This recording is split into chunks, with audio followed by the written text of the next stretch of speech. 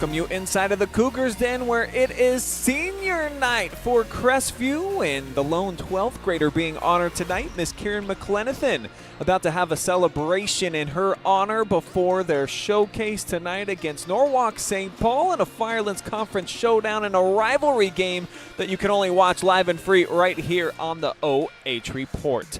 It's coming your way anywhere the internet can be found. Next.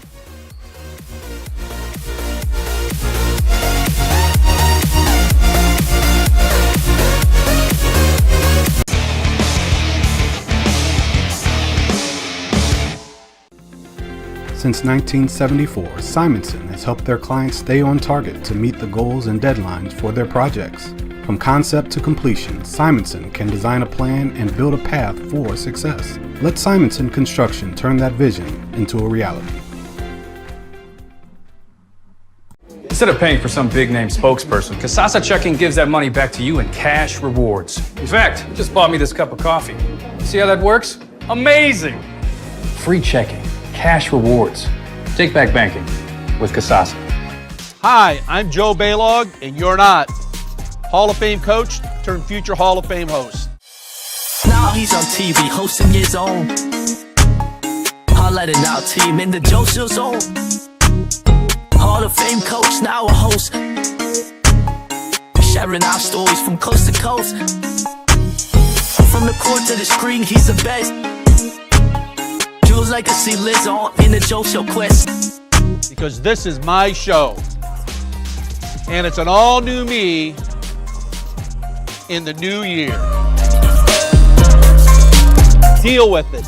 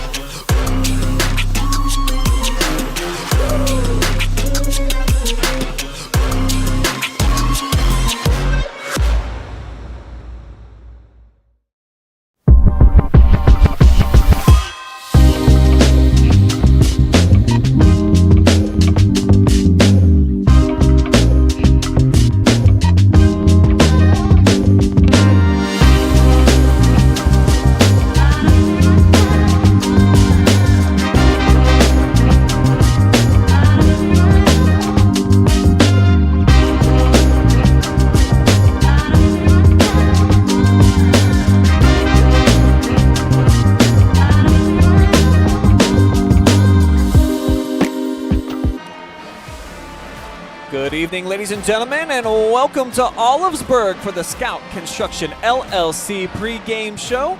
I am Brian Skowronski, and joined tonight, making his OH Report debut, Mr. Jack Ritchie. And we've got a Firelands Conference battle going down. A couple of teams that have really struggled so far this season, but you throw all that out the window. These are rivals. They're going to be going at it. And, of course, for Crestview, it's senior night. So there's quite a few storylines and a little bit of juice to this one. Yeah, absolutely, Brian. I mean, both of these teams have really struggled this year. And, St. Paul has a chance tonight to get their first conference win of the year. And, both trying to build momentum into the tournament coming up soon.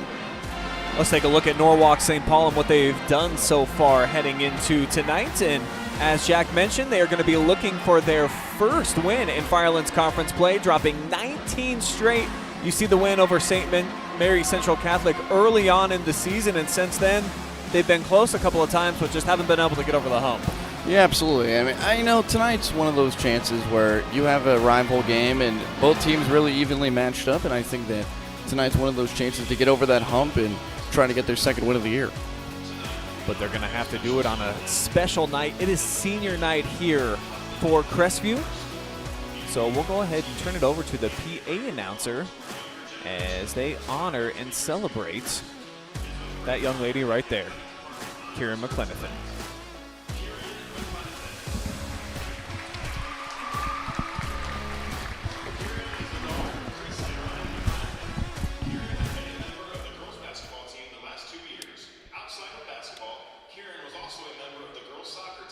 She was a team captain.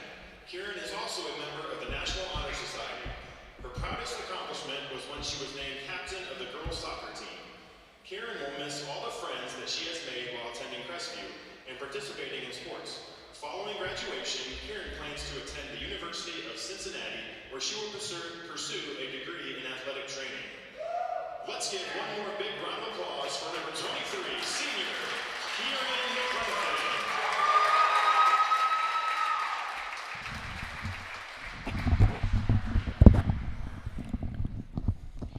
So Kieren being honored here tonight, and obviously that's it's always a big time thing anytime you get to be acknowledged, and especially being the only senior. And it looks like it's actually story time though, so let's listen into this. You're such a kind, sweet person who never fails to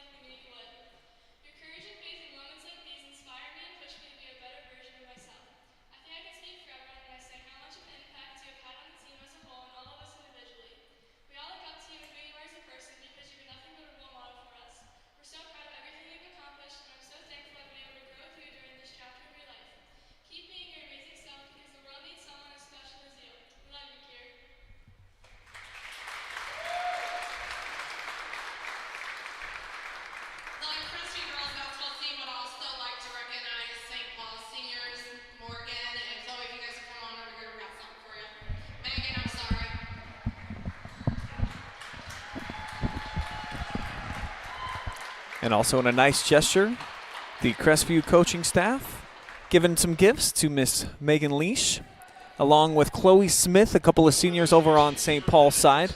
And just because you're rivals doesn't mean that you can't share some common ground and certainly some gifts on an occasion such as this, Jack. Yeah, definitely. You know, as a senior in high school, I definitely can understand the emotion that goes into senior night. I know seeing the guys on my baseball team back in Worcester was definitely an emotional night, and honestly makes you want to play harder to get their win on that last game here at home and, you know, try to win it for your team. Pretty cool. They got a big sign. I assume Kieren's going to get a run through this thing coming out after she's announced here. But let's talk a little bit about Crestview and their season heading into this matchup with the Norwalk St. Paul Flyers. Amy Bays, the head coach, collecting 3 wins so far, only averaging about 29 points per game. Their last win coming against St. Paul, though, so they've got that going for them. They know that they can go toe-to-toe with this team, and they've pulled out victories in the past.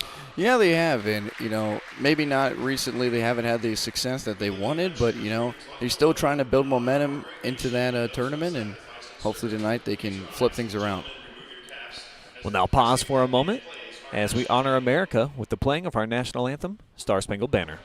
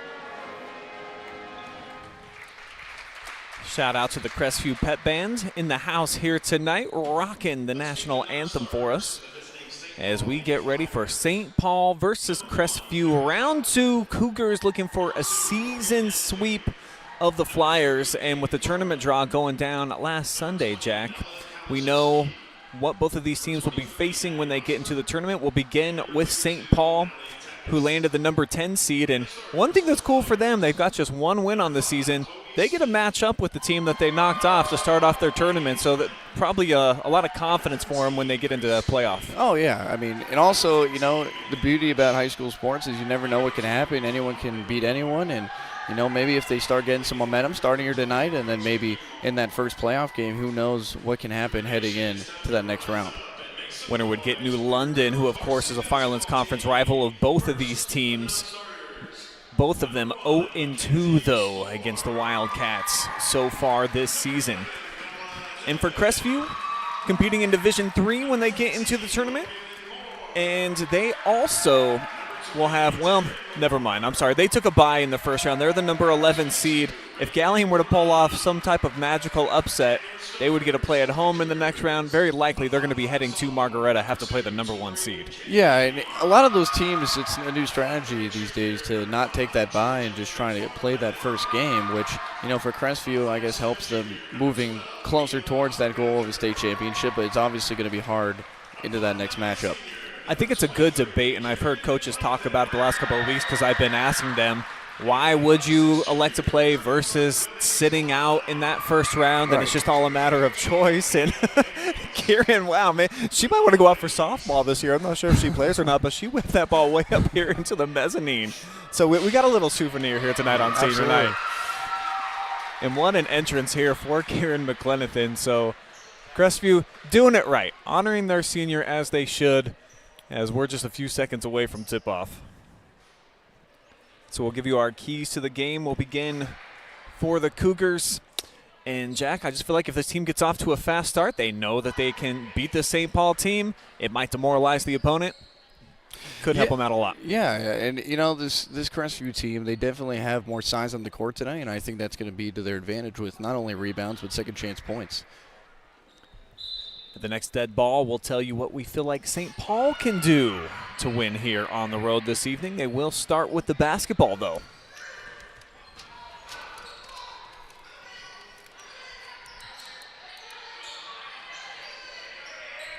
Cougars playing a 2-3 zone. Skip pass down to the opposite block, and the shot a little bit short there for Annie Friends. But they get an offensive rebound, a second look, and that won't go either. So Tori Kidney with the rebounds. And it's going to be knocked out of bounds here from Lily Klein, but Cougars will keep it.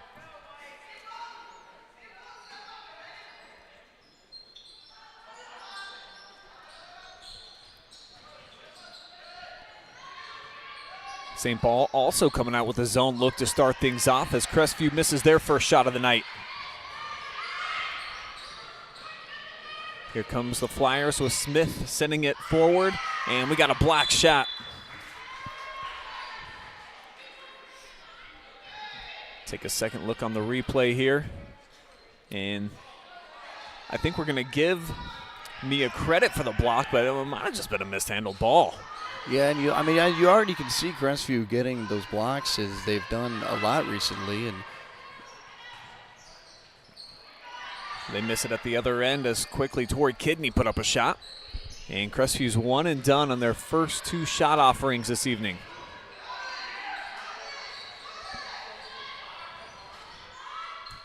Still looking for our first score. As the Cougars get out on the run, nice pass. But McFarland off the scoop, missed it. She'll get a second look from downtown. And a third, make it a fourth, and Crestview comes up empty-handed. 3 offensive rebounds and nothing to show for it. Oh, nice look inside for the Flyers. Megan Leash off target. Jump ball is going to be the call. Fast and furious action here. Yeah. Oh, definitely. I mean, back and forth they go. It's really going to be interesting to see who can get this first basket of the ball game. Full court pressure being applied here by the Flyers. Cougars able to break it. McClenathan chases it down in the corner. And nearly lost it. Looks like Crestview will have the throw in down in the corner. And so far, both teams are limiting the turnovers. I mean, no one has turned the ball over yet, even though there has been a lot of rebounds and second chance points. But, you know, that's what both of these teams need to do for it to be competitive here tonight.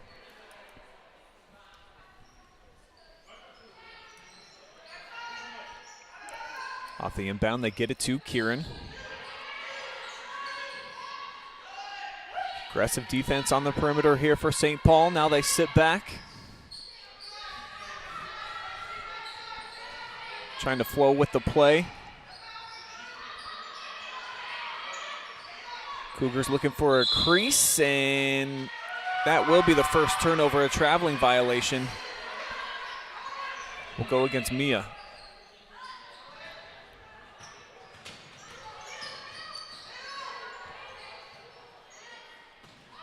So St. Paul gets it across the timeline, able to evade the Cougars' pressure for now, but they give it away for the first time tonight.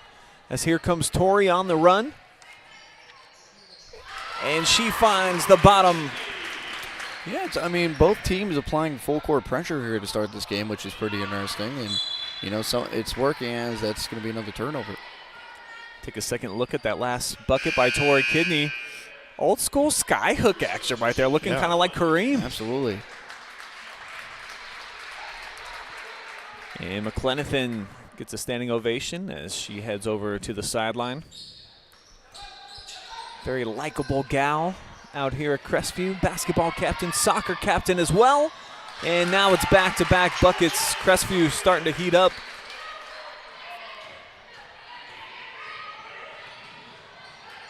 And more trouble for the Flyers as they give it away yet again. Let's take a second look at that last bucket. Yeah, I mean, Crestview's starting to figure out that once they pass it to the interior of the paint, I mean, they're getting those easy baskets, and I guess that's what you get for full court pressure on transition offense. You can start to expose that defense a little bit. Nice pass over the top. Chase down. This is Mackenzie Spoor. Now they'll whip it here to the near side. –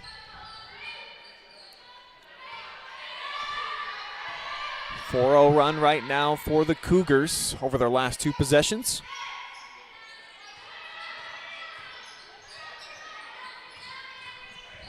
Kidney drives the lane, left hand, too hard off the glass. Second look again, just a little bit too firm there from Georgia McFarland, who hit the last bucket.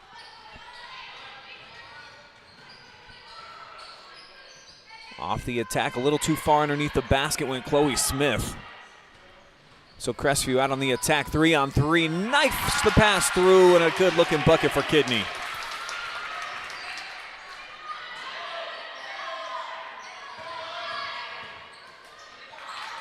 As that pass is deflected out of bounds, I mean, Crestview is just really getting out on the break on offense, and they're really turning defense into offense, as we've seen early in this ball game. So the Cougars with a half-dozen lead as we're past the midway point here of quarter number 1. Down on the block, tough shot. Offensive rebound, second look, no. Third look is going to land. Aubrey Bogart on the free throw line. Cougar foul on number 12, Mina Hummerhauser, her first, team first. At the line shooting 2 for the Flyers, number 21, Aubrey Bogart.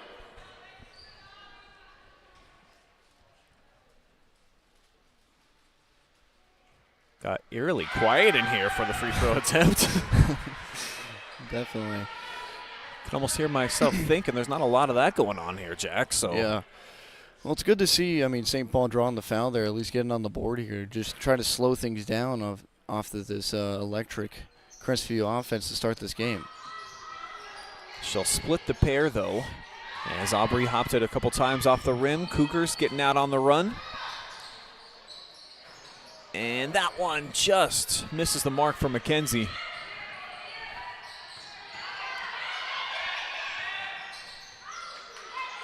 Cougars keeping up that full court pressure.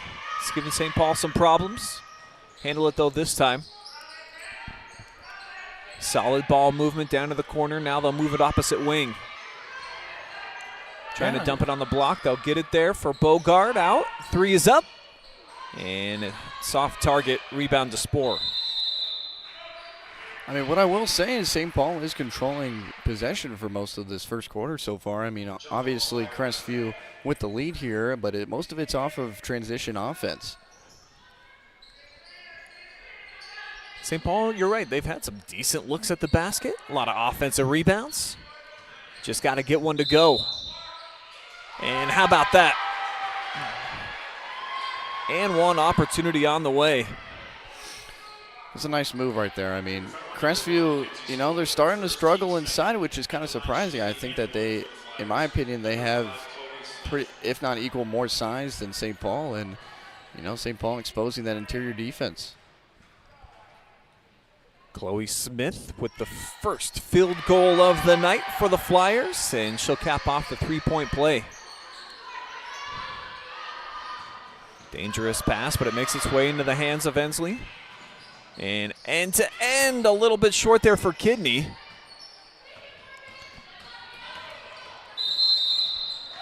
Blocking foul is going to be called here against Mia. You know, that's the danger of full court pressing sometimes. You know, sometimes you want to try to force them to that sideline, but, you know, obviously good play by St. Paul just to run through her there and draw the foul. Second foul on Mia, so the junior heads over to the sideline.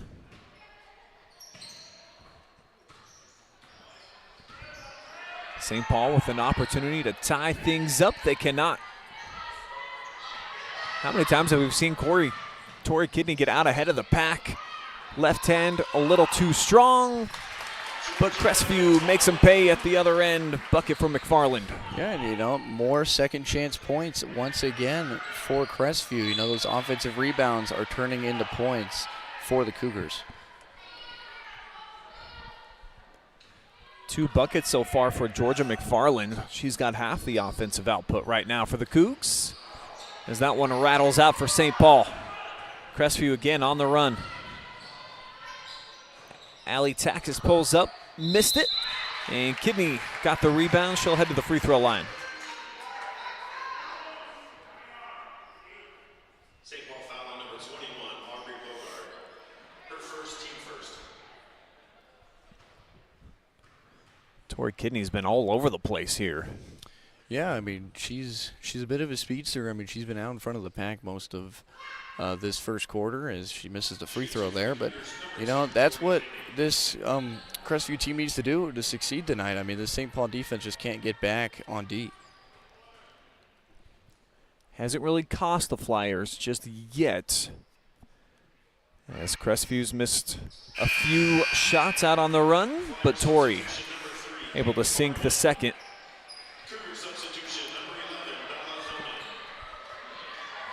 And we'll get a substitution. McFarland has got a couple buckets, checks out. Get our first look here at Bella Hillman. And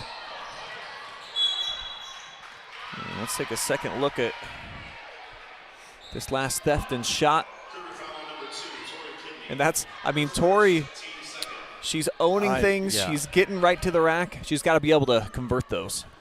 I mean, that's still just another great play by her, but, you know, obviously you're right. You have to try to convert that into offense here, especially with only a slim lead. Traveling violation against Aubrey Bogard. And after no turnovers in the first couple of minutes for both of these clubs, the last 4 been a little bit more sloppy in that department.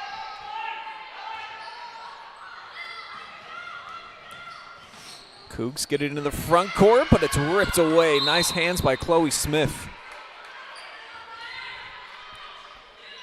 Smith was the hero in St. Paul's only win of the season. Knocked down a game winner in overtime in the last second. I saw.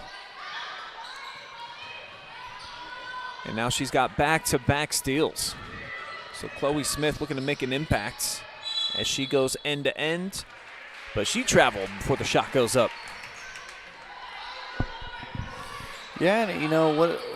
My key to the game is just so far it's just not working for St. Paul. Already multiple turnovers in this first quarter, and you just can't do that if you want to try to knock off this Crestview team. Kidney had it poked away backside. Right place, right time, though, almost. As it looked like she'd regain. It will be Cougar basketball. They'll have Lily Klein trigger. Spohr calling for it down on the block. Has to come out to receive. Kidney, catch and shoot. Just can't seem to buy one.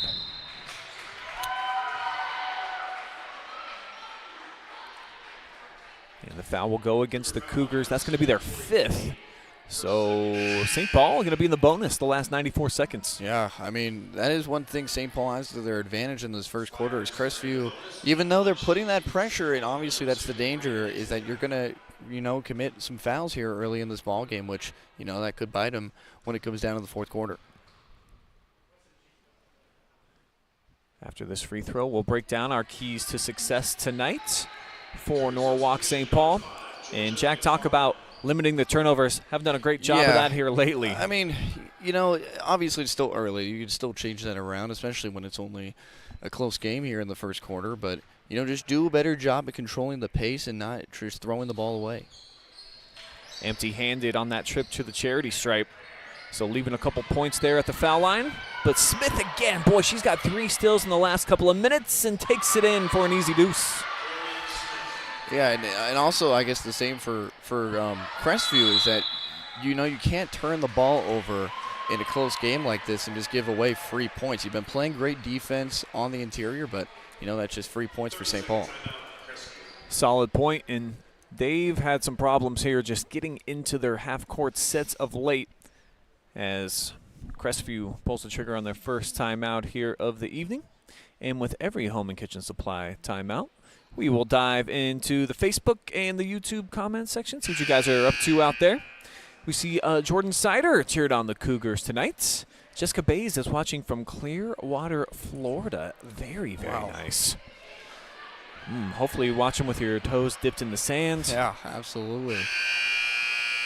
Though no complaints about the weather up here in Ohio these last several weeks. True. I haven't been wearing a coat, Jack, I don't think since, I don't know, mid-January. Yeah, I mean, today has been very windy, I will say, but, you know, it has been nice. Maybe the groundhog was right. Yes.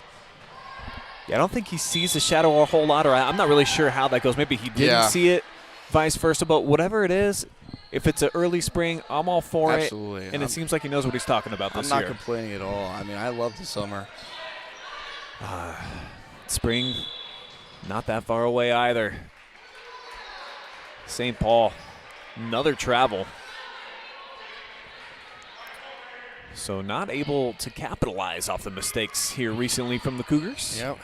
But, I mean, St. Paul, they have been, as there's another fast break for Crestview as he cannot connect. But that's another foul. But, I mean, Crestview as well also turning the ball over a lot. So, I mean, you know, it's been a sloppy game overall. That was Lily Klein with the miss. And nice follow here by Bella Hillman, just a freshman. Getting a lot of minutes this season. Here she is at the free throw line for the first time tonight. And it's in and out. Lone player on the floor right now that has any points for the Cougars is Georgia McFarland. Bella looking to change that here with the second offering, and she'll sink it.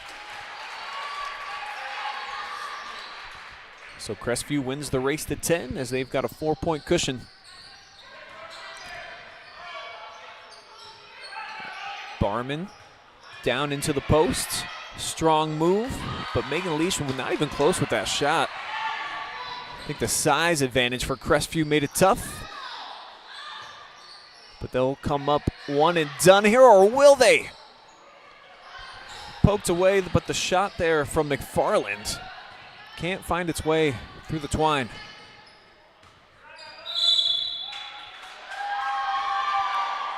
And we'll get another foul. This should land Barman on the line. It will indeed. And that could be a big factor here tonight. Oh, yeah. If St. Paul can start knocking down some free throws. Definitely. I mean, that's already the 6th foul committed by Crestview in this first quarter. And, you know, especially with, I mean, it's your starters out there. You definitely don't want that to be happening early in this game. Just the first foul against Georgia McFarland.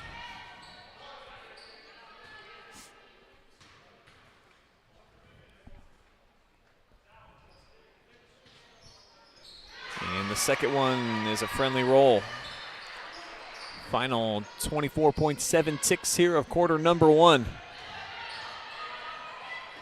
Crestview somehow has gotten ahead of the pack, but they have missed all of them so far when they've had those looks. Yeah, I mean, they're definitely doing a great job of breaking the press, but, I mean, you just got to finish those shots. Catch and release. Comes up short. Ball up for grabs. It's going to be collected by Smith. Chloe again inside, and it's good at the horn. So Chloe Smith providing some momentum to St. Paul as we head to quarter number 2. And we got just a 1-point game.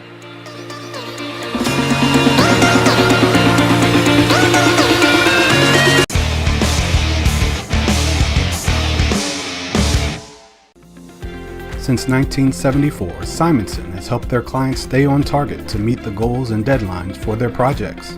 From concept to completion, Simonson can design a plan and build a path for success. Let Simonson Construction turn that vision into a reality. Instead of paying for some big-name spokesperson, Kasasa Checking gives that money back to you in cash rewards. In fact, you just bought me this cup of coffee. See how that works? Amazing! Free checking, cash rewards. Take back banking with Kasasa.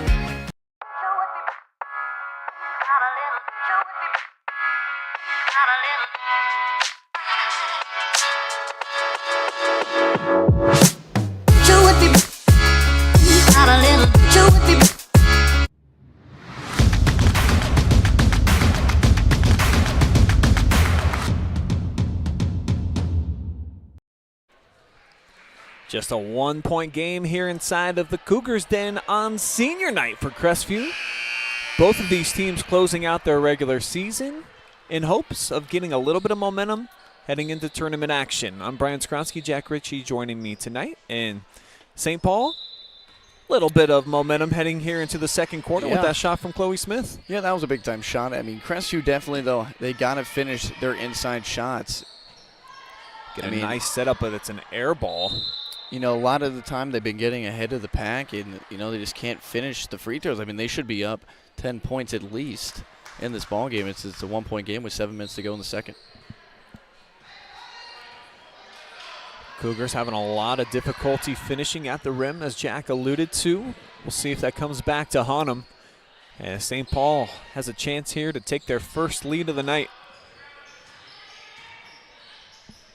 Flyers with a few different ball reversals.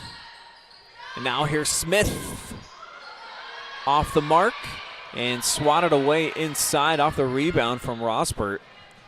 And yet again, Crestview blows it. As they, I mean, St. Paul, there's almost even a strategy, it seems like. Let them catch it on the run. You know, if it's not broke, don't fix it, I guess. But, I mean, I don't know. You would think eventually, we watch them in pregame, they're working in the layup line. Yeah. They know how to finish these off. Yeah, I mean, you know, eventually maybe the coach gives them a talk at halftime. But, I mean, if they do start finishing these layups, I mean, St. Paul is going to be in some really, really big trouble.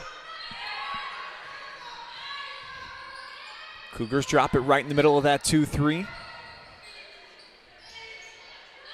Definitely looks like the strategy is to try to get it to Logan Moore down on the block. Great size, but tried to force that one in there. Lucky that it came out to Klein, but she misfires.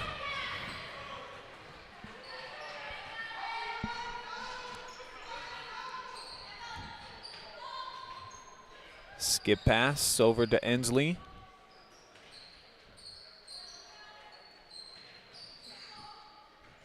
Flyers moving it well. Tough shot on the run. They're underhanded by Bogard. Now Crestview attacks, and we'll get a foul. It was the Cougars who got into foul trouble in the first quarter. This is the first personal on either unit here in the second.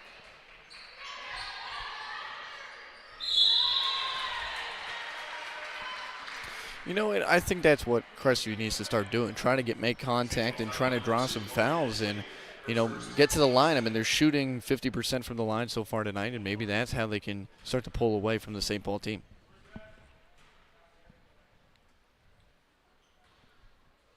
Yeah, Rickhauser on the line here, knocks down the first. And Hummerkhauser's got another one coming, of course. Looking to stretch the lead out to 3.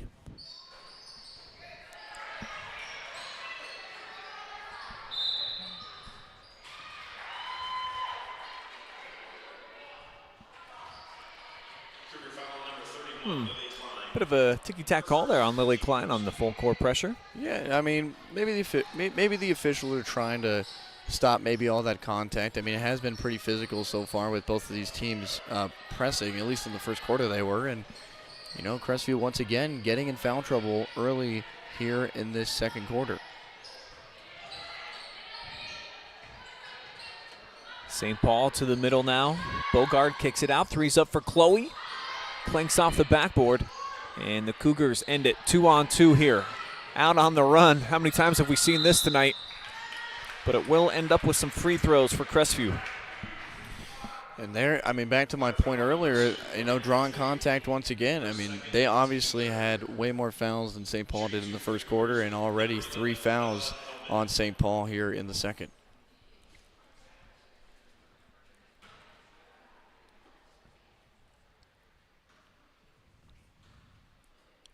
Freshman split the pair last time she was at the free throw line. Good looking stroke on the first. Substitution number 15, Megan Lesh.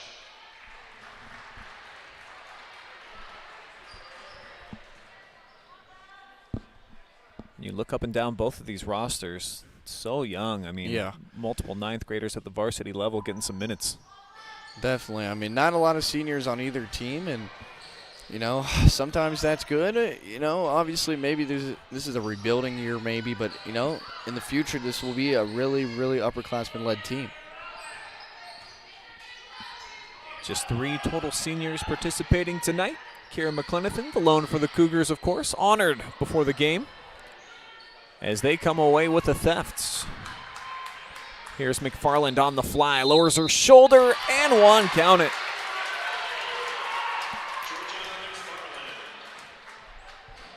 Yep, and, you know, switching up the strategy here in the second quarter. They're really trying to draw that contact when they get to the rim and be a lot more controlled instead of just on the break, just throwing it up and saying a prayer. Chance to extend for the largest lead for Crestview. As St. Paul now trails by 5. Offense has been a struggle for both of these teams all season long, both averaging less than 30 per game. But the Cougars well on their way to exceed their season average. That's a nice strong take. Too hard off the glass. Foul's going to be on the floor. Love to see Aubrey Bogart just go up strong with this one. Yeah, I mean, I thought she was, but at the end of the day, it looks like they are shooting 2 and a chance to scrape back some points here in the second quarter.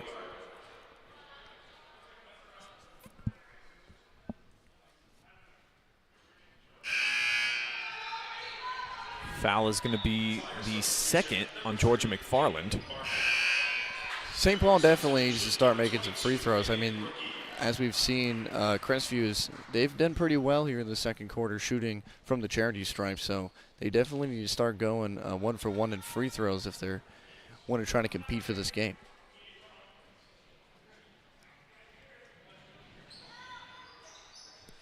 Continue to struggle at the charity stripe as they'll miss both of those, and Crestview chance to get out and run again. 3-on-2, pass a little bit behind. Nice move inside by the freshman, but the shot a little bit short for Bella. Very scrappy there along the baseline, but she'll pick up the personal. See Bella Hellman doing everything she can to try to regain possession, but she's into the back of the legs there of Aubrey.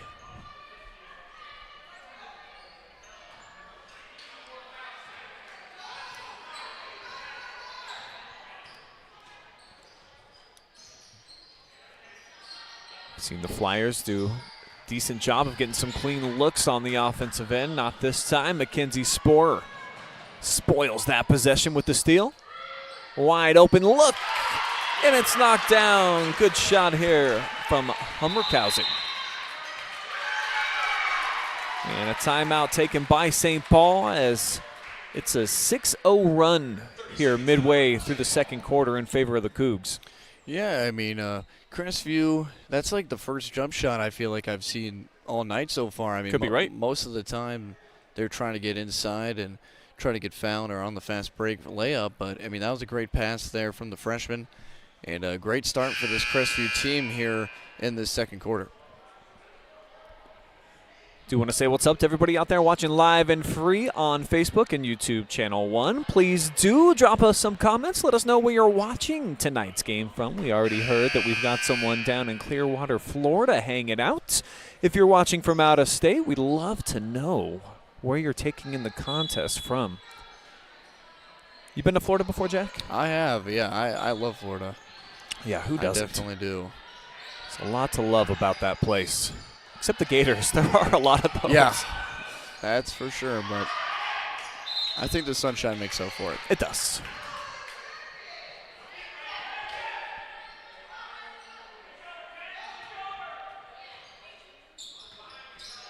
Barman tosses it into the corner, almost. Locks up there from Leash. And that's Friends popping off from long range. The first points for the Flyers here in quarter 2.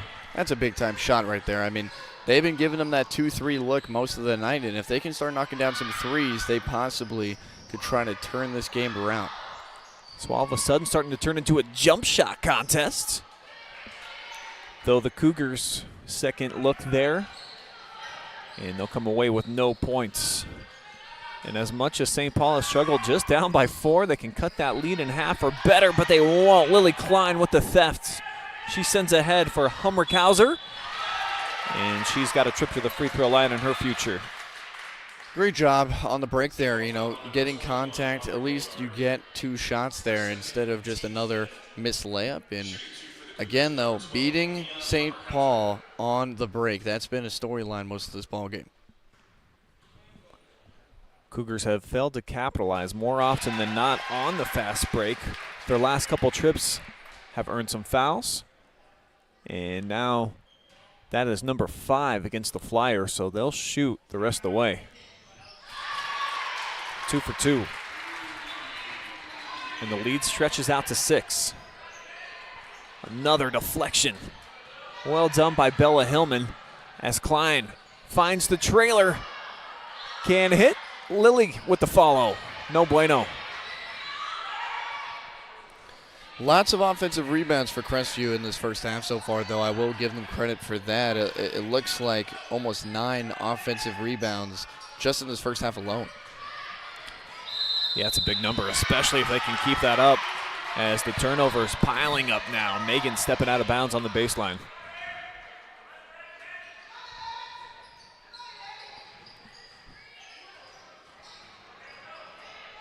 Klein's got options, but she double dribbled. She had 2 runners out in front of the pack. No surprise. It's kind of what we've seen all night. Oh, yeah. And, I mean, St. Paul, they definitely need to clean up the turnovers. I think that's been something different in the second quarter that we've seen, is that they're just giving the ball away pretty much free-willingly. From the high post, taken right away from Ross Pert. On the fly. Underhand, won't go. And the second look from that right block. Make it a third. Klein inside, finally.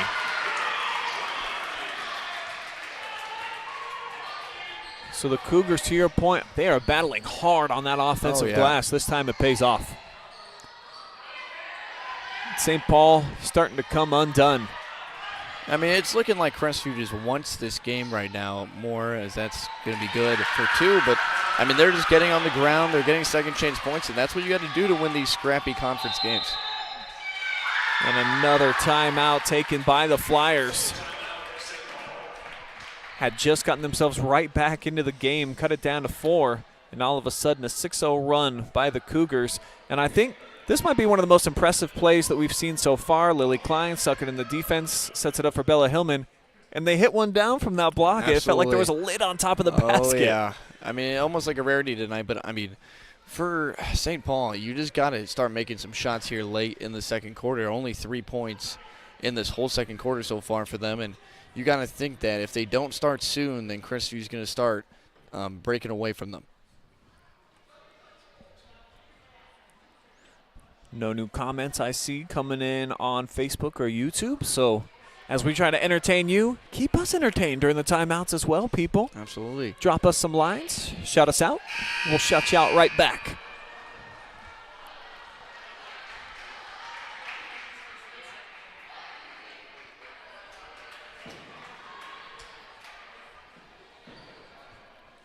Cougars with their largest lead of the contest. 10 points, 6 straight for Crestview. See what St. Paul draws up out of the TO.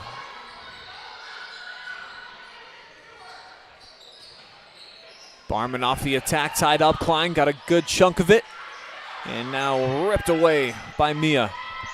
Ooh, hard. Screen there, leaves an open shooter. Nobody blocks out, and Crestview continues to add to the lead. Sporer inside, gets 2 more. I mean, that was, I think they were lucky they didn't get called for an offensive foul there. I mean, that was a vicious screen. And right in front of the Crestview bench as well, so they're not going to say anything about it. Yeah, absolutely. I mean, it almost was like a blindside block in football. Boy, the turnovers really stacking up heavily. Yeah, I mean, credit Crestview. I mean, they've really cleaned up the turnovers. I think only 2 in this second quarter, to St. Paul almost have double digits. So I think that's the big reason we're seeing a big lead here. How about the freshman with the step through?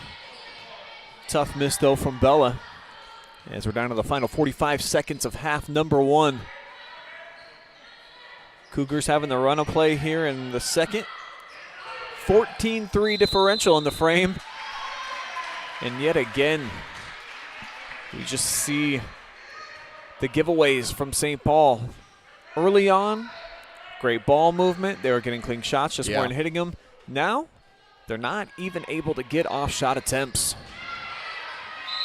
Definitely. I mean, I don't really know what changed. Maybe coach said something after the end of the first quarter, or maybe St. Paul's just being sloppy. But either way, just way too many turnovers to win a ball game. Threading the needle to Klein. And clobbered here on the other end, Reagan Brookie. She'll get a shoot a pair. It's almost, I mean, it's almost like a complete flip over from the first quarter. You know, St. Paul is now fouling everyone, and they're turning the ball over, and you know, Crestview's just getting those open shots. They've been converting at the free throw line as well here in the second quarter. Still have a chance for one more.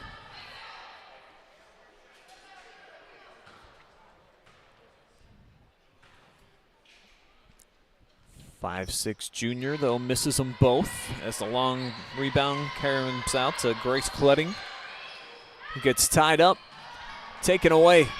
They'll push ahead to Sporer.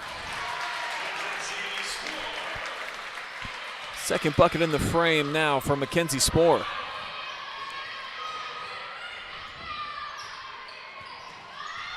And just a lackadaisical pass right there, intercepted. Bella from the short corner. Looks like Lily Klein will track it down. She does. Heaves it at the horn, but what a second quarter for the Crestview Lady Cougars. Unbelievable. Outscoring St. Paul by 13 here in the frame. We'll take a quick timeout. When we come back, we will have your halftime report. Get you all set for half number 2. You're enjoying live and free high school hoops on the OH Report.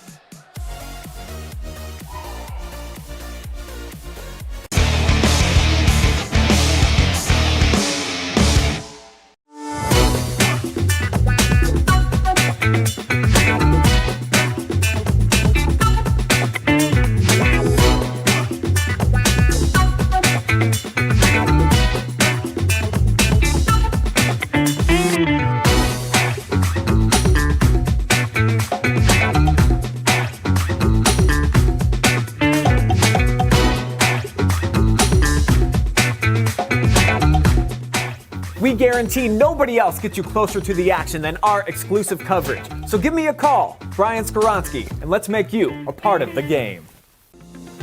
Since 1974, Simonson has helped their clients stay on target to meet the goals and deadlines for their projects.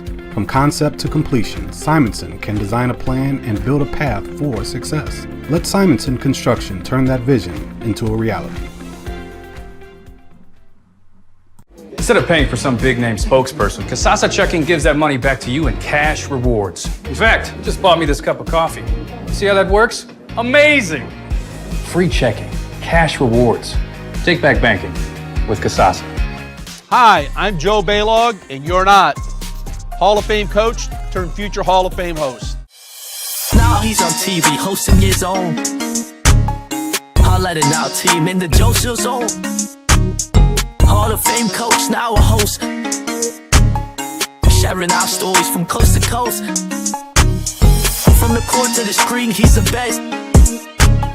Jules legacy lives on in the Joe Show quest. Because this is my show. And it's an all-new me in the new year. Deal with it.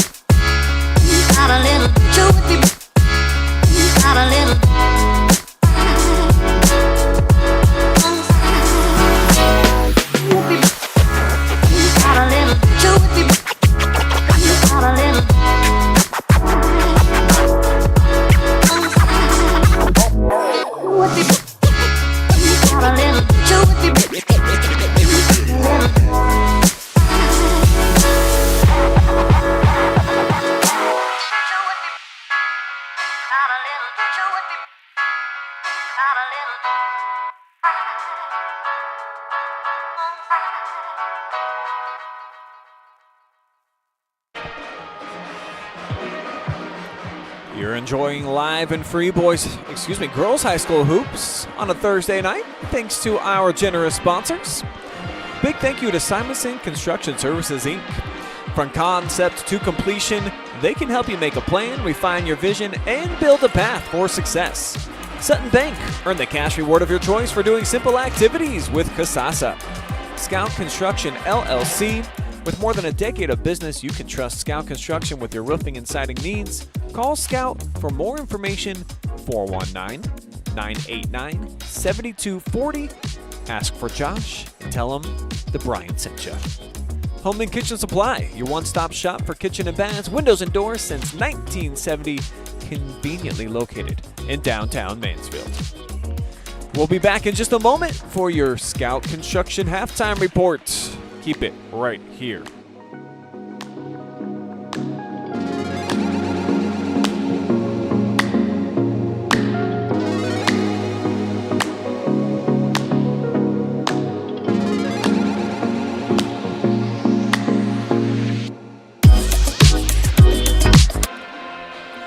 We welcome you back into the Cougar Den for your Scout Construction LLC halftime show. Senior night here at Crestview. And right now the Cougars enjoying a 26-12 cushion over Norwalk St. Paul with a big second quarter. I'm Brian Skowronski. Jack Ritchie is here with me tonight. And it just felt like Crestview, it was just a matter of time before they started making some shots. They've gone out on the run. They've done a lot of work on the offensive boards, and slowly they're starting to create some separation now. Yeah, I mean, it's like they were a brand new team in the second quarter. I mean, obviously they jumped down to a huge 14-point lead heading into the second half, but I think the big difference for me at least was that the turnovers were extremely, extremely bad for St. Paul in that second quarter, turning it over 21 times, in that first half. And I mean, credit to Crestview, those second quarter adjustments really helped them get that cushion heading in here to the final half of play. And you see the 14 offensive rebounds as well for Crestview, so they're working hard, attacking the offensive glass, and just 8 turnovers. I think a lot of those came in the first quarter, and then in the second, they started to find their rhythm a little bit. Both teams have been to the free throw line a bunch, but you see it's Crestview, even though they're not shooting it that well, doing a better job than the Flyers. I mean, definitely. And obviously 14 offensive rebounds, you're going to get a lot of second chance points, and you're just going to get a lot of opportunities to make something happen. And I think that's going to be something that St. Paul's going to have to limit here in the second half. I mean, if they want to try to come back and secure their first conference win of the year. Yeah, it's been a long season for Norwalk St. Paul, over 80 days since they last tasted victory against St. Mary's Central Catholic, a game that went to overtime. Chloe Smith with the game winner. And she has been kind of quiet here tonight. Any friends? Take a look at the freshman guard's points so far tonight. She knocked down the only 3 of the game. 10 fouls. I should just say 1. She hasn't been out there committing a whole bunch of fouls. But Annie Friend, decent first half for her, and she seems like if they can get her the ball from long range, they'll definitely have to knock down a few to try to get back into this game. She might be the young lady that they look to find, her and Chloe Smith both. Oh, definitely. And especially, I mean, this Crestview team, as I said earlier, they're showing them that 2-3 defense. And if you start knocking down threes, maybe the coach puts a man-to-man, and maybe that's when you're trying to start getting inside, drawing fouls, getting those interior points. And, you know, she's really going to have to step up here and knock down some few big shots. And our halftime player spotlight for Crestview, Mia Hummerkauser. She's got 5 points, a couple of field goals, and knocked down a free throw as well. But this young lady, she just seems like she's getting her hands on the ball a lot when it's down in the paint. She's got a bunch of rebounds, and definitely has been a spark plug for this team. Definitely. I mean, she's really been one of those girls tonight that has been a spark for this team, and I think she's going to have to continue that to keep that lead. Obviously, a 14-point game. I mean, it's definitely still possible for St. Paul to come back, but it's a pretty big cushion, and I think it's a big part to her play here in this first half. 2 other live streams going down tonight on the OH Report. Senior night over at the Castle for Northmore. Travis Berardi will be on the call for that one as the Golden Knights, who are your KMAC champions, looking to end their home portion of the regular season against Loudonville. You can check that out here shortly. Also, Genoa Academy is at Centerburg tonight. Senior night as well for the Lady Trojans. Josh Banks, Tim Masiko's on the call for that. And we'll have a highlight later for Willard at Shelby Girls, one of the longest, best old school rivalries in the entire state of Ohio. Love that matchup. Madeline Zazzuto will have the moving pictures of that coming up a little bit later tonight on all of our platforms. And then we've got a bunch of big contests tomorrow. Jack, you and I are really looking forward to seeing Westerville North in person, taking on Dublin Scioto tomorrow. Senior night for them as well. Some big-time D1 basketball, one of the top teams in the state. That should be cool. Oh, definitely. I know all those Columbus schools, especially really, really good basketball down there, and it's going to be really interesting to see them compete, you know, at the D1 level. Here at the Division 3 and 4 level, we get a turnover on the opening possession off the hands of Morgan Ensley. And it just feels like a never-ending story for St. Paul with those giveaways. Crestview, though, returns the favors as that's tracked down by Smith. As Chloe walks it in between the circles. And the Flyers with the skip pass looking to get off to a hot start here in quarter number 3, try to dig themselves out of this double-digit hole. But Smith comes up empty-handed. Hummerkauser with the big-time rebound. Short corner, ball's up, and it drops for McFarland. Nice shot there. I mean, that's another great start. Again, St. Paul, another turnover. And it's really just been a never-ending story tonight. I mean, that makes it 22 turnovers on the night. You're not going to win many games, especially a conference rivalry game, with that amount of turnovers. Meanwhile, Georgia McFarland, the leading scorer in the contest, now with 8.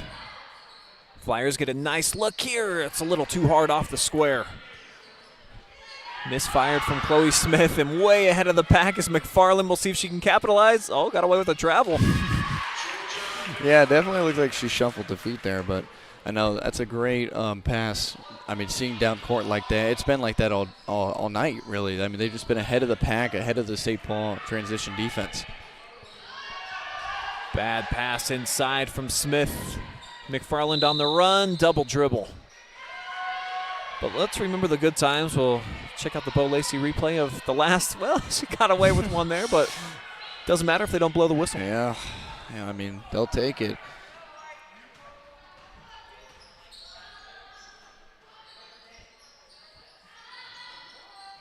Three ball gets blocked for Chloe in the corner.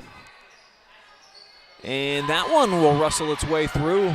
Megan Ensley ending a drought here for the Flyers.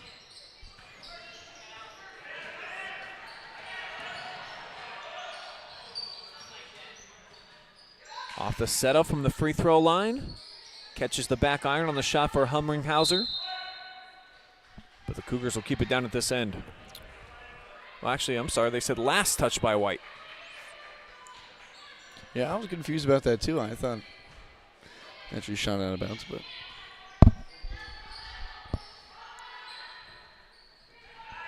Flyers trailing by 16. They've had back-to-back buckets once tonight. How about twice? Bottoms up from long range and a nice shot. Ensley made it both. As we talked about in the halftime report, again, making those threes are going to be crucial against this Crestview defense tonight, and that's a big-time shot. Makes it a 13-point game. All 5 points tonight from Morgan Ensley have come here in the third quarter as we get a home and kitchen supply timeout taken by Amy Bays. So we'll hop back over into Facebook lands.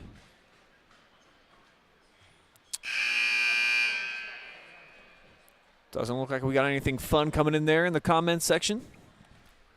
And over on YouTube, still waiting for our first person to jump inside the live chat. Jack and I need some friends out here. We can't do this alone. Definitely, yeah.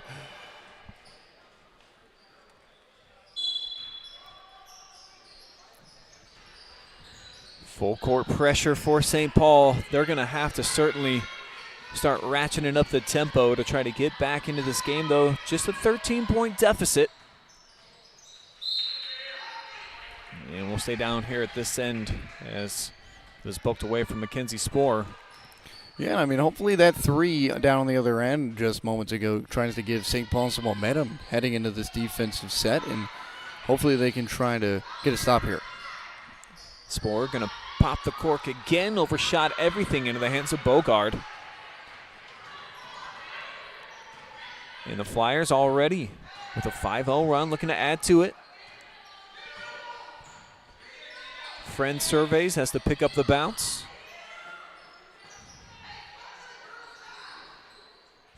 A lot of off-ball movement right now for the Flyers, and it'll lead to a clean look from downtown. Off target for Bogard. Jump ball will be the call.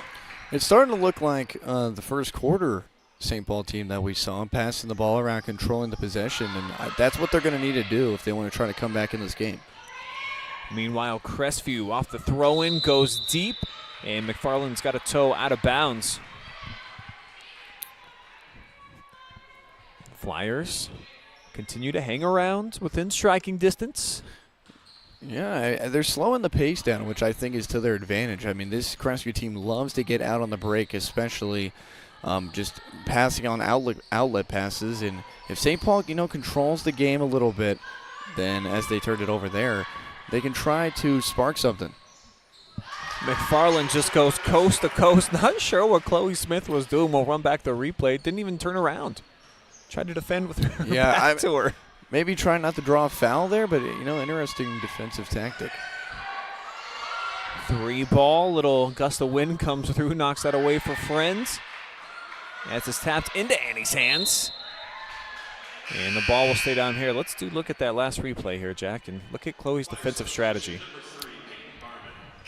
Interesting. If it works, it works, but, I guess maybe it's a little too early to worry about foul trouble when you're down big, but maybe that's something Coach told him to do. Never know. Coach did just take out Chloe Smith.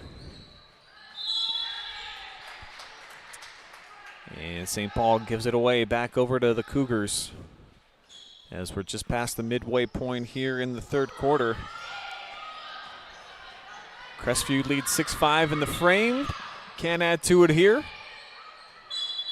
But another great look in transition on the break for the Cougars. And if they've made even half of these layup attempts, they would be up by about 20. Oh, yeah. That's another shot attempt right there. But, again, it's been tough for them to try to get it one to go inside. Cougars only averaged 28.7 points per game, so this might be a season best for them when it's all said and done. We had them in the season opener, and they blew out Lucas here at home. It was a great way to start the year. We'll see if they can close it out strong, kind of bookend the season with some big wins. Yeah, that's huge. Momentum going into the tournament, no matter who you're playing, a win's a win, and trying to get your team back on the same page. As we showed you in the pregame, Cougars will compete for a sectional championship. They got a first-round bye. Likely, though, we'll have to run into Margaretta in the number 1 seed as Barman called for the traveling violation. And St. Paul's got to be closing in on 30 for the night. Yeah, I mean, that is 5 turnovers in this third quarter. That's, I mean, 26 on the game so far tonight. So, you know, it's been like that all night. I mean, good thing for St. Paul is that Crestview in this third quarter has turned it over just as much as they have, but, you know, they're just not executing on those shots. And we do have a new comment. Pam Ward-Sider is watching from Waldo. Where's Waldo? I don't know. I'm interested, too. You have to let do us some know, Pam. research there. Run a quick Google search. Where is Waldo? Yeah, I don't think I'm going to figure that it's going to give me an answer somewhere in the U.S. You ever check out one of those books, the Waldo books? Oh, yeah. Jack? I mean, that was a childhood staple. I love the Where's Waldo books. I'm happy to hear that's still around. That was big time when I was growing up. Yeah.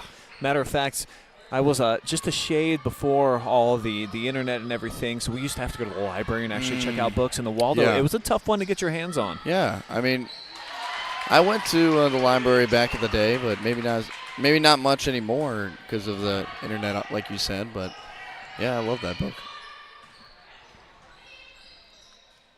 Shot was knocked down by Lily Klein at the other end. She's got 4 points now. And a spin and a wild shot lands home. Big arc and a chance for an M1 opportunity. Bogart at the line, the freshman. It's a big-time shot there. It's also the first foul by either squad in this third quarter, which has been kind of interesting because it's been kind of a physical ball game so far up to this point. And she'll cap off the three-point play. So the deficit curled back to just 14. And St. Paul looking to go after another turnover. They won't get it, so the Cougs, they got numbers out in front. Save back in bounds, and no shot attempts. Again, on those outlet passes, I mean, they are just so far ahead of everyone else, but again, just not executing, even though a little 2-on-1 opportunity. Tough pass, great catch, and how about that bucket from Hungringhauser? It's a really, really good inbound pass right there, and, you know, they're starting to finish it a little bit better than we saw in the first half. I mean, it's still only a 16-point game, though. St. Paul really hanging into this game. They'll have to get to work, though, in a hurry on the offensive side, as we've got just 10 total minutes remaining in the game. Three-pointer tipped out, offensive rebound for the Flyers. And trying to jump stop in some traffic, losing it out of bounds is Annie Friend. Grace Kledding, junior forward, getting back onto the floor. Haven't seen her in a while. See if she can provide a spark here. Nice flip. 3-on-3, and the shot somehow won't fall for Logan Moore. It's halfway home.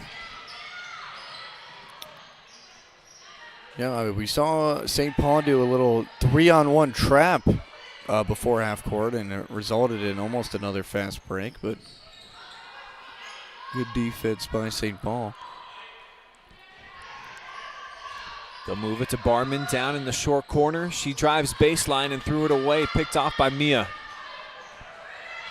Here comes Bella on the fly, left hand, and she got fouled. She looks like a travel underneath the basket. I thought she did move 3 feet. You know, shuffled it a little bit. Ref caught it that time. When you get into the lane like that, you want to kind of extend your steps. Really choppy for Bella in there. Definitely. I mean, Crestview, I feel like they have gotten away with a few of those today, but, you know, St. Paul, it's a big-time break there. But the Flyers give it back. Turnover right in front of their own bench. And it's got to just be a frustrating night for Vicky Mall and her staff. Otherwise, tough season. As they see the great ball movement into the hands of Logan Moore, and the 9th grader comes through.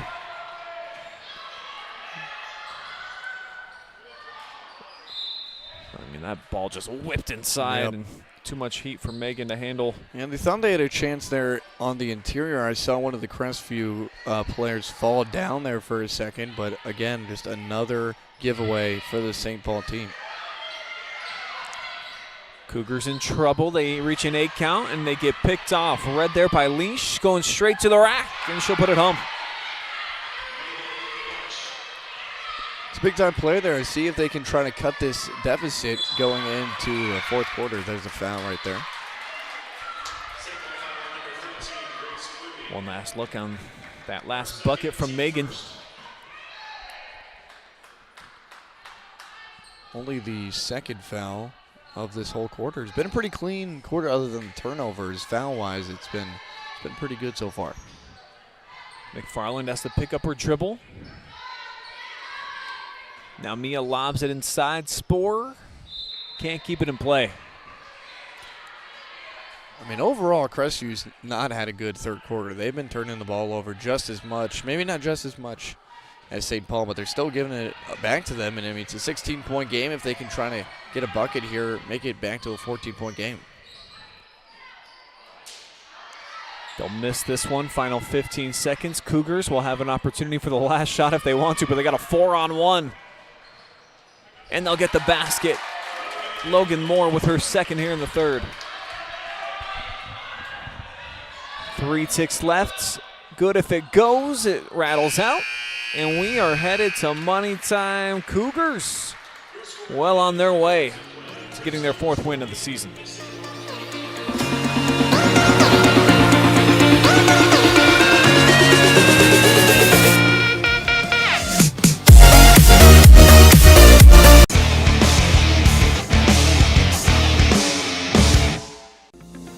Since 1974, Simonson has helped their clients stay on target to meet the goals and deadlines for their projects. From concept to completion, Simonson can design a plan and build a path for success. Let Simonson Construction turn that vision into a reality.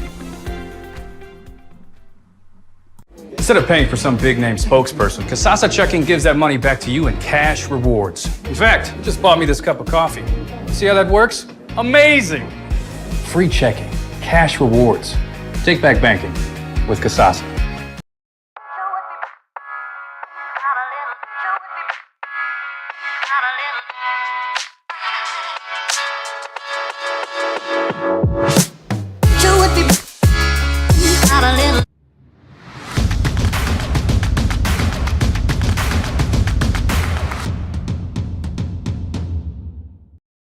It is money time here inside of the Cougar Den, and on the night where they celebrate their seniors, Crestview, with a big 18-point cushion to start fourth quarter action. Brian Skowronski alongside Jack Ritchie here tonight. And the Cougars so far, they've won every quarter up to this point and looking to close out strong for a season sweep of St. Paul, who they've been close, but they haven't kind of been able to get over that hurdle and really tighten things up here on Crestview. Yeah, even Crestview, they had, it seemed like a sloppy third quarter, but they're still up 18 at the break going into this fourth quarter, as there's going to be a two-pointer, a long two-pointer there, but you know, St. Paul, they just got to clean some things up on offense if they want to try to at least make this a decent score, as that's going to be another turnover. Tori Kidney now with 7 points. Didn't see much of her in that third quarter. She was kind of all over the place in the opening half. And I'm a bit surprised that Kieren McClenathan still over on the bench. She played like the first 3 minutes. I don't think she's been back in. Like to see the crowd start lobbying for her or something. Let's get 23 back in the game. Yeah, especially up 20 points. I mean, you'd think at some point. Yeah, let her roll. That's what the Cougars have done on the break all night. Kidney with the scoop. She's fouled. And this has been the best case scenario for Crestview on the fast break, is to go to the free throw line. They just have not had much success finishing when they're running at their fastest. Yeah, I mean, once again, we didn't see many fouls in that third quarter, and I think that that's a good sign for Crestview to start getting back to the line early here in this fourth quarter. Tori taking her time and sends it through. As Chloe Smith gets back into the fold. Peyton Barman will take a seat.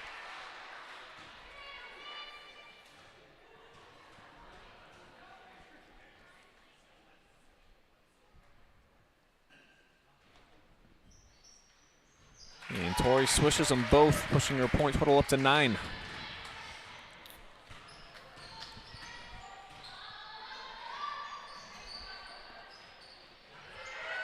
So St. Paul trailing by the largest deficit so far of the contest.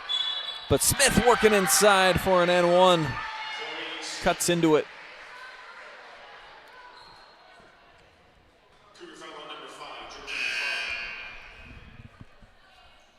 Chloe Smith, leading scorer for St. Paul. She's just got 5 tonight, matching her jersey number. And there is Kieren McClenathan out on the floor, number 23 here on senior night. You imagine she's going to get the last 6 minutes, 40 seconds of action. And her teammates with this big lead try to get her the ball as much as humanly possible. Oh, definitely. I mean, only 6 minutes to go, but you know, you got a lead that you can be comfortable with now, and just, you know, it's her last game here in this home arena, and just trying to get her some points on the board. Cougars will come up empty-handed on that possession.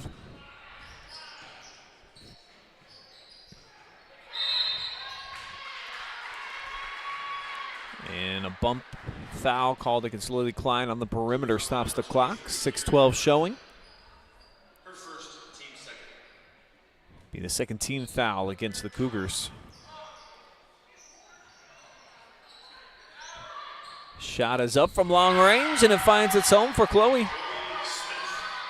I will say, I mean, St. Paul has been shooting it well from 3. That's three three-pointers on the night already. But it seems like every time St. Paul starts to get something going, Crestview just fights right back. Georgia McFarland. Dozen points for her. But Chloe Smith trying to keep up with the Joneses. She knocks that one down and is headed back to the free throw line. Man, I mean, if St. Paul can keep, you know, getting inside, drawing fouls, and making these shots, they can maybe make this interesting with still 5:40 to go.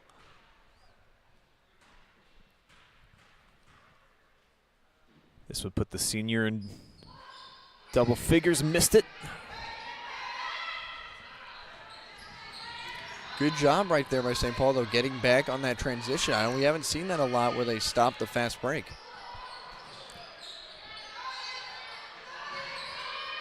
Dipping inside, Klein with the catch. She's got the easy money.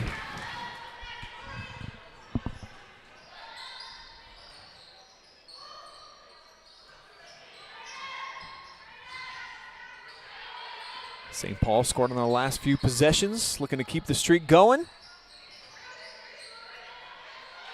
And how about that? Ripped away inside by Smith, but it's finally rebounded by Georgia.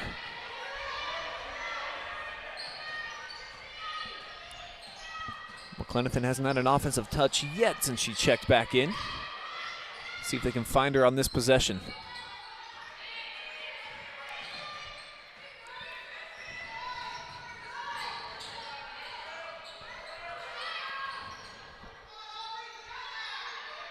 Cougars got them 5 wide, a lot of space for the penetration, and it sets up Klein. Back-to-back field goals for her. And Crestview now tops the 50-point mark.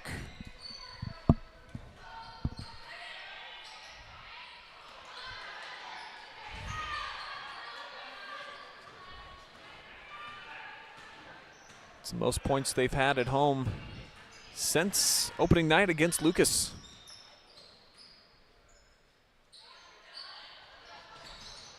Just the third time all season they've eclipsed the 50-point total.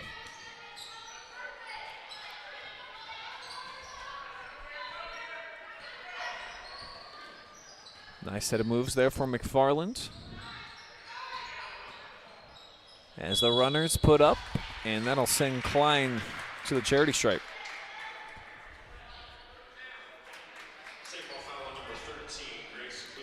Well, Crestview will attempt their third and fourth free throws of this entire second half. Has not been a lot of contact, in the second half, which is good to see. Makes the game go by faster. Doesn't slow down as much as she connects on the first one. But, I think tonight it's just been a story of just turnovers and finishing. I mean, Crestview's just done a great job at doing both, and I think that's why they're up 21 points right now in the fourth quarter. And really surprised that they just took Kieren out again. I feel like I'm the only one in the gym that wants to get her like 50 touches here. I mean, it's still 3 minutes left, but you're up 22 points. It's not like you're. Yeah, she hasn't scored yet. Yeah.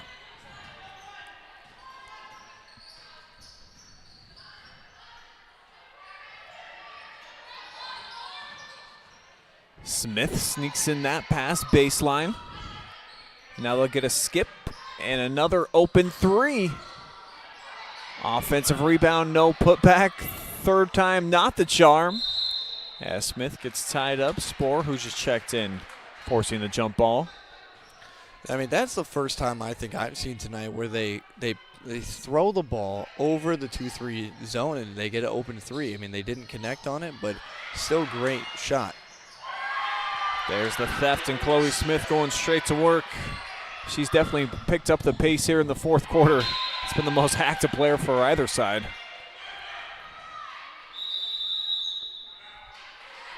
And a timeout taken.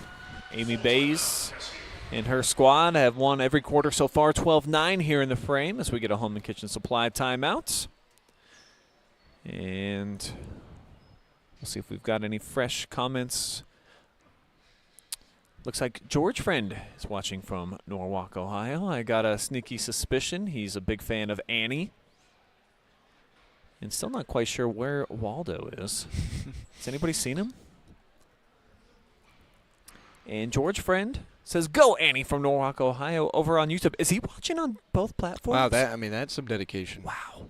That is some serious dedication. That's what I'm talking about. I love it. Well, Jack, Crestview, at least enjoying themselves here in this game here tonight. They haven't got their senior a basket. Maybe in the last couple of minutes they'll get Kieren back in and hook her up. But everything else, it seems like as far as their season has gone, just the third time they've been over 50. Have only won one game at home. That came in the opener back in November. So looks like they're trying to finish with a bang. I like it. Yeah, and I mean, as we said pregame, this game is so important for building that momentum into the tournament. I think this has been one of their best games all year. I mean, overall points-wise, defensive-wise. And, I mean, that could be big. Heading into tournament time, you never know what can happen. Yeah, no question. And Crestview on the season, actually 3-1 heading into tonight when they hold their opponents under 40 points. So it appears that that trend will continue as we get a hard collision. And St. Paul is they're still diving all over the floor. I mean, they're still fighting down 20 with 3 to go. Tori Kidney's a tough kid. She pounced up, and actually now she's being held up by one of her teammates. Show it to you one more time. I mean, on the hills of Super Week, that looks like a safety coming over the middle to try to dislodge one from a wide receiver. And Kidney will get a round of applause as she checks out. Lily Klein will replace her.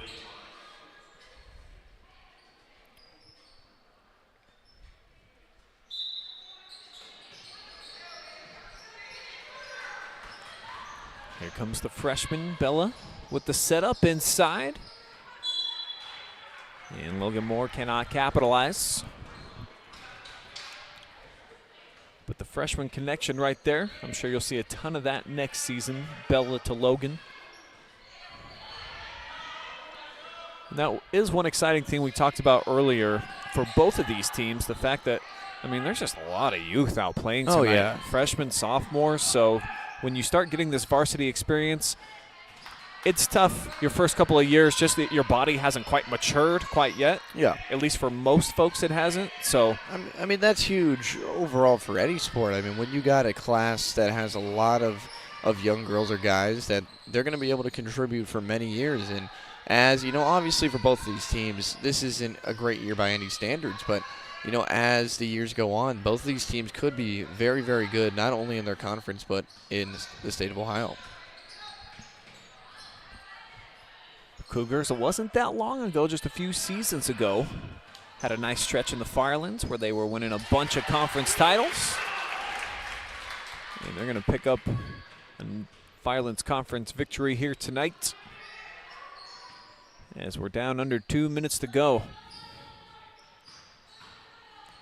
Oh, strong take there for Chloe. And they'll stay at this end. Interesting then, Crestview only 2 offensive rebounds in the second half. I think that goes to all of the finished buckets inside. They've been making their shots a lot more than we saw in that hectic first half.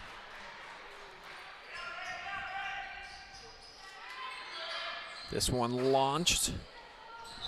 Smith working inside. She takes a bump from Darren Moore, who just checked in. And that's going to be the 4th team foul now against Crestview. Lily Klein now checks out, and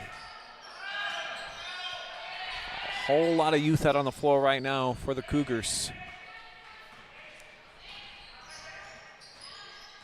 Hummerkauser, one of the few veterans out there, actually the only.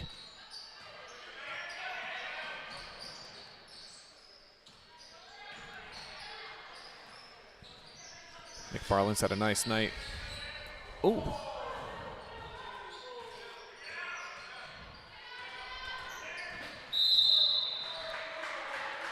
Reaching comes late. I didn't really see what happened when the defender hit the floor. Let's check this out.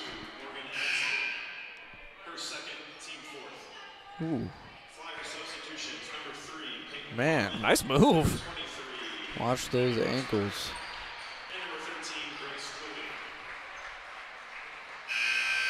Might have been a little bit of a nudge, but I mean, mostly clean for what we saw. Still an ankle snatching move, and all right, here's Kieren, the last $1.14. We gotta get this young lady a field goal. She's open in the lane. Don't know that she's had an offensive touch all night. Georgia all set her up backside. Instead, she takes it. And McFarland adds to her point total. Leads all scorers with 14.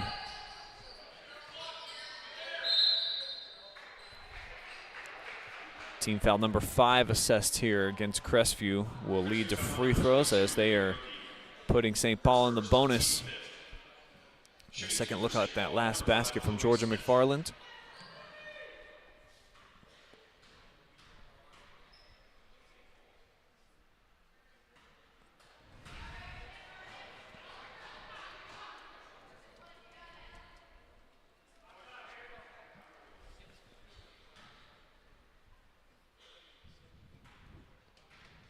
Smith's been big offensively for St. Paul tonight. More than a third of their points. Well, this is definitely a great win for the Cougars here tonight. I mean, you get 56 points here on senior night. I mean, you've been averaging barely 30 points or whatever the number was. And, you know, if they play the pace of play that they have, they can finish baskets. This team could, you know, make some noise in sectionals. You never know what can happen in a high school tournament. And, you know, they definitely have to work on the turnovers a little bit and definitely on the fouls, but that's what the regular season's for. It's preparing you for those tournament games.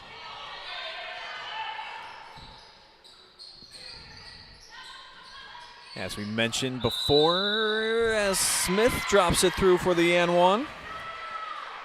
Crestview, in all likelihood, is going to get a play Margaretta, the number 1 seed in the Division III Shelby District, for a sectional title.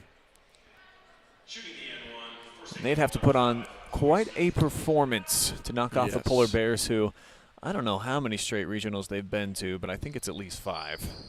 It's very impressive. I mean, I do want to say that Smith, number 5 tonight for St. Paul, even though, you're down big, most teams would just fold, just let the game go on. She's still been fighting. She's got multiple buckets and 1s, 3s tonight, and I mean, that's been big for the St. Paul team. The closing seconds, they get a quick shot. And an offensive board collected here by St. Paul. Smith with the catch and shoot straight away. Banks it in. Right to my point again, and there's another 3. And that is how the game will end. Crestview with a big win over their rivals here at home, closing out the regular season with a comfortable victory. We will take a quick commercial break. When we come back, we will have your Sutton Bank player of the game. Jack and I will break down the stats and let you know what you can get into tomorrow night on the OH Report. Keep it here. That's all coming up on the other side.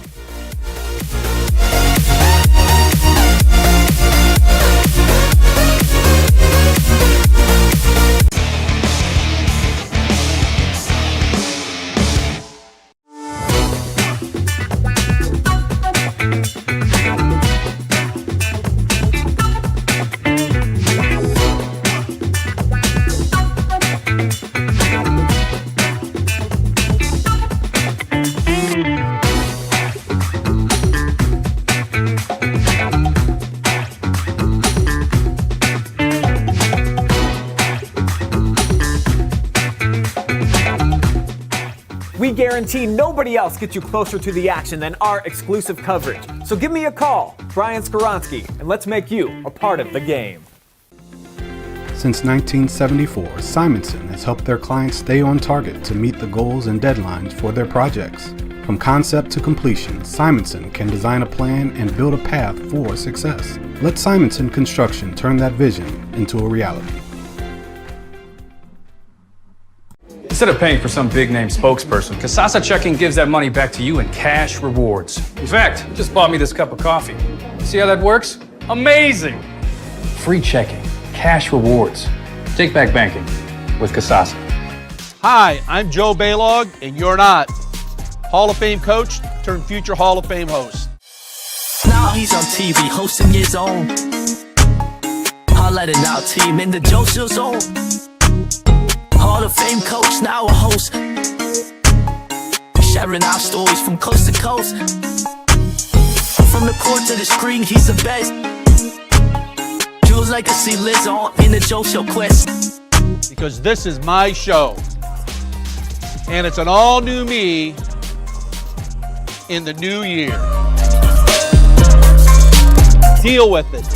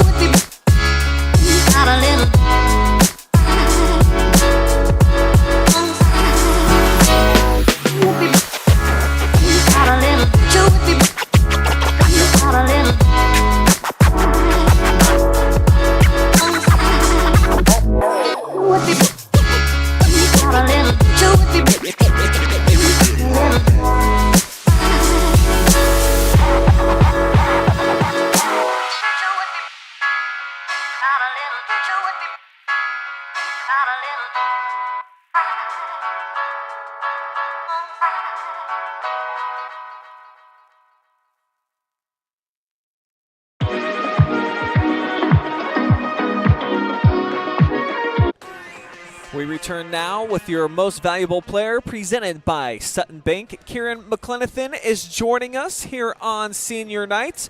Let's talk about the win first. You guys haven't been over 50 very many times this season. You get it done here tonight. Lots of points. How satisfying was it to see the offense go to new heights and ultimately get a nice victory? We were all really excited about it. We try our best every game, but sometimes we don't succeed with it. But today we really fought through it, all the challenges, and followed through with getting up there. And you knock off St. Paul, too, obviously one of your big-time rivals. That's the second time you beat them in, like, the last 4 games. So how satisfying is it just to get a nice rivalry win here at home? Very satisfying. We beat them by 1 last time, but this time we wanted to capitalize on that and just do so much better than we did before. A lot going on for you here tonight. Big celebration. You get to break through a big piece of paper all on your lonesome. So take me from start to finish of senior night and what it was like through your vantage point. Honestly, I was just letting the girls carry me on their backs. I've not played very long, but they support me and everything. And it was fun all throughout the night. No bad moments, nothing. Yeah, you don't log a ton of minutes for this team, but you obviously help in other ways. What type of value do you feel like you bring to this Lady Cougar squad? I'd like to think I bring a lot of positivity. Can get a little negative sometimes, but I try to bring everybody up and hope that it works. Well, it certainly worked here tonight. We were all rooting for you to get a basket there at the end, and I was kind of hoping that you would just kind of push people out of the way and say, you know what, this is my moment to shine. So not getting a bucket here, was there any game plan to try to set up for you to get a basket at the end? I think they were trying to, but whatever happens, happens, and it didn't happen, and that's all right. It was still an otherwise awesome night for you overall. Yes. All right, this is always my favorite part of the interviews. If you want to look in the camera and give any shout-outs, Kieren. Shout out to my team and my awesome coaches and my family. Thank you, everybody, for supporting me these past 2 years. That's about it. All right, congratulations on beating our Sutton Bank MVP, and good luck in the tournament. Thank you.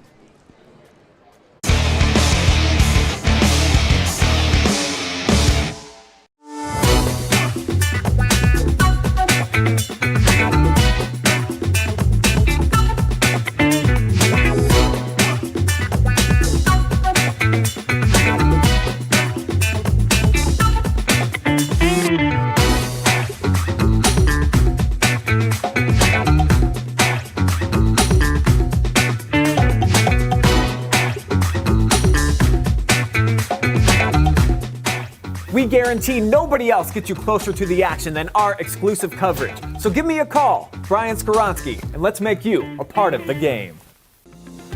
Since 1974, Simonson has helped their clients stay on target to meet the goals and deadlines for their projects. From concept to completion, Simonson can design a plan and build a path for success. Let Simonson Construction turn that vision into a reality. Instead of paying for some big-name spokesperson, Kasasa Checking gives that money back to you in cash rewards. In fact, you just bought me this cup of coffee. See how that works? Amazing! Free checking, cash rewards. Take back banking with Kasasa. Hi, I'm Joe Baylog, and you're not. Hall of Fame coach turned future Hall of Fame host. Now he's on TV hosting his own. Highlighting our team in the Joseph zone. Hall of Fame coach, now a host. Sharing our stories from coast to coast. From the court to the screen, he's the best. Jules legacy lives on in the Joe Show quest. Because this is my show. And it's an all-new me in the new year. Deal with it. We return now with your Scout Construction LLC post-game show, where it's a big victory for the Cougars here inside of the Cougar Den tonight, wrapping up the season on senior night with a 56-38 victory. I am Brian Skowronski. Jack Ritchie joined me here tonight, and I think it's always cool to see when you're on senior night. Obviously, that's the most important thing. Getting a win here, they get it done for Kieren, and now they move on to tournament with some smiles on their faces and a little bit of momentum. Yeah, I mean, that's what we talked about at halftime before the game. This one was about her and also about this team. You know, that's a big-time win. You know, they've struggled a lot this year, and obviously that's a really tough thing to do, especially when you don't win many conference games. It was a great win for Crestview. I think that they do need to clean some things up. Finishing the baskets inside or turnovers or whatever it was. But I think defensively they played very well. They forced 32 turnovers overall on the game. That's just really good defense. And I think that their transition offense, kind of pushed them to the win. I think that St. Paul just kind of got gassed. They didn't have much gas left in the tank. Yeah, you're absolutely right. Crestview was running them to death. They had multiple opportunities where they would have 2-on-1s, 3-on-1s, even 4-on-1s at times. And if Crestview can clean that up and make some of those fast break transition buckets, they could be a force to be reckoned with. And you love that number. 52 rebounds here tonight in the contest, 16 of them offensive. So obviously there's no lack of hustle going down for these Cougars. Oh yeah, and only the funny thing is only 2 offensive rebounds that whole second half. So they dominated the boards in that first half, and I think that's the reason they gave them that cushion going into the second half. And they won every single quarter tonight. And obviously for St. Paul, it's a tough loss, but you just gotta learn. You just gotta learn from this. That's why you still have the tournament to go. Take one last look at the tournament trail for both of these teams. Here's what's coming up. In the Division 4 Willard District, the number 10 seed will be Norwalk St. Paul. They get an opportunity to win for the second time against the only team they have defeated so far this season. So that's exciting for them. Yeah, I bet heading into that matchup, you'd like to have another win under your belt. They've lost 20 in a row. However, they know they can beat that team, so why couldn't they do it again? Yeah, absolutely. And then, as you see, all the sectionals are played at the higher seed, so they're going to be at their home court. How about that? And that's always an advantage, especially coming into a game where it's going to be pretty much even all the way through. As we saw that they won that first time through, and obviously for the other team, it's a chance at revenge.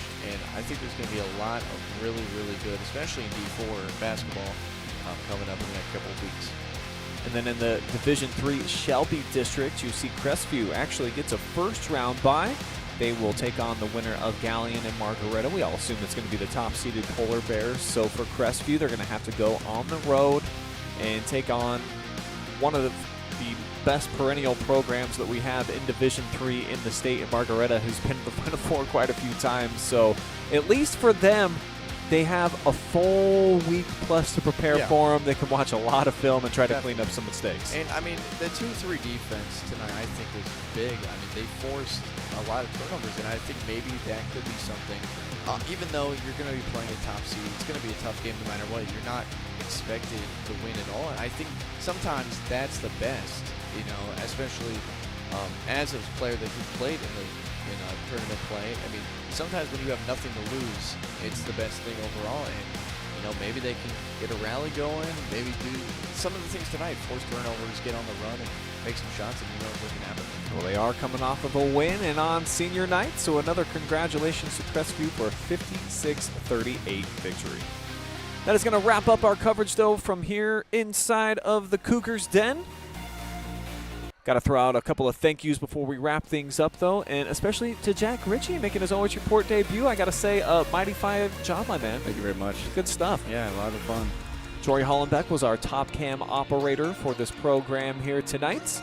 And then our generous sponsor is bringing it to you live and free: Simonson Construction Services, Inc., the Sutton Bank, Scout Construction, Home and Kitchen Supply. Big thank you to all of them for bringing you our coverage tonight. We've got a lot coming up tomorrow on the OH Report. 4 live streams for you guys to enjoy, all in the boys' action. Dublin Scioto at Westerville North, where you can catch me and Jack. Buckeye Central is at Upper Sandusky for senior night. Canal Winchester at Big Walnut. And then Colonel Crawford at Winford. We'll also have a highlight for Willard at Margaretta Boys, that one for the SBC Bay Division title. But for tonight, from the Cougars Den, we're all done. Have a good night, everybody. We'll be right